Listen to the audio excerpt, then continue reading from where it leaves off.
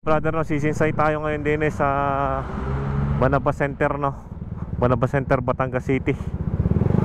Dini naman tayo suminsay ng lugar na ito. Yan, Banaba Center, Health Center. Papasok dito, ito nga yung way na galing sa Balagtas doon sa may intersection. Isa paraging nagkakaroon ng aksidente sa intersection.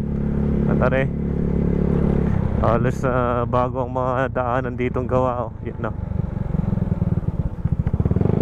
Tahimik dito, oh.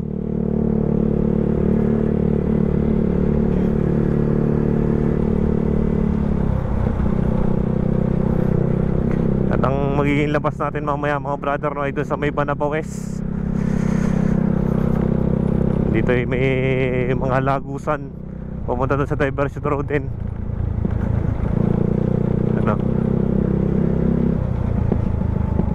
Medyo may hams nga lang kasi dito ay may mga madaming bahayan.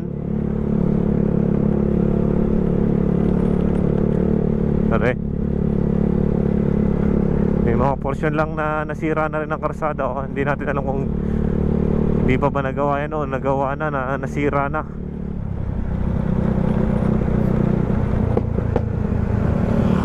Madadaanan natin mga brother aring school ng Banaba Center, no? Din eh.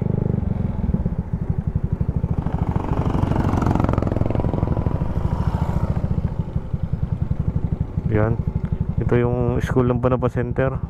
Yan, madadaanan natin mga brother ang Banaba Center Elementary School, oh. Ang ganda sa loob, oh. Ang daming mga pine tree. Ang ganda ng school na yun, ah. So dire-diretso lang tayo dito mga brother sa daanang ito, no? Shoutout sa mga taga dito. Hindi lang natin alam kung saan pwedeng magbaba ng sticker ng mga brother. Hindi natin alam kung sa taga saan ang sumusuporta na taga dito sa atin, no?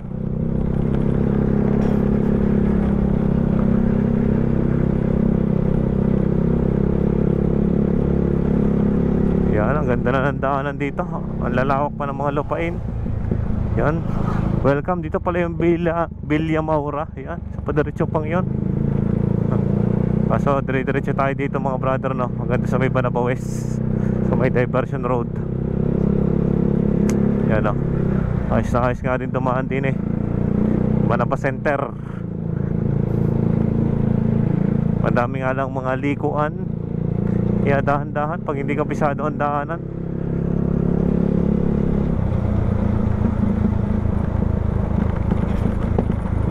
At may makikita kayo dito brother, na mga brother na mga pinagsanghan, no? Yun yung pupuntahan ng truck na yun. Ang alam ko papuntang Banaba is yun. Dito tayo sa pakaliwa, papunta tayong Banaba West.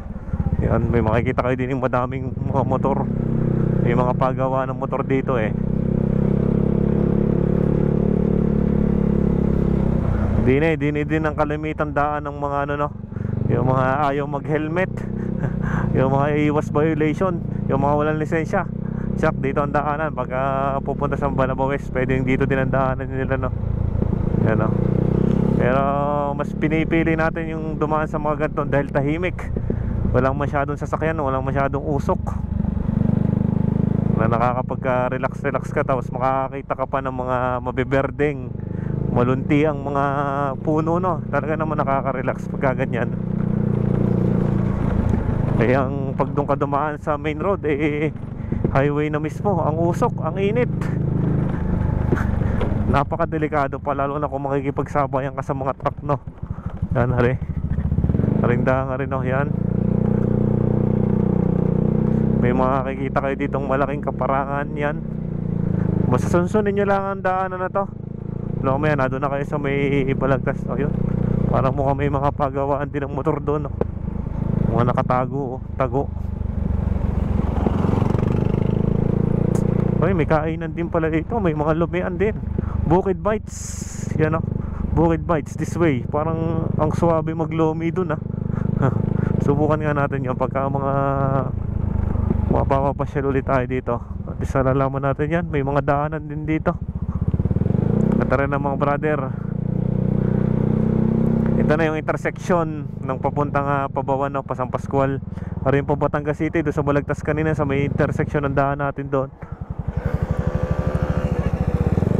Tapos pagka kayo didiretso dito ay dito sa may Banaba West na kanyang daan, no? At yun mga brother, maraming salamat sa mga nakapanood dito. Shoutout sa mga taga dito sa Banaba Center, no? Shoutout ho sa inyo.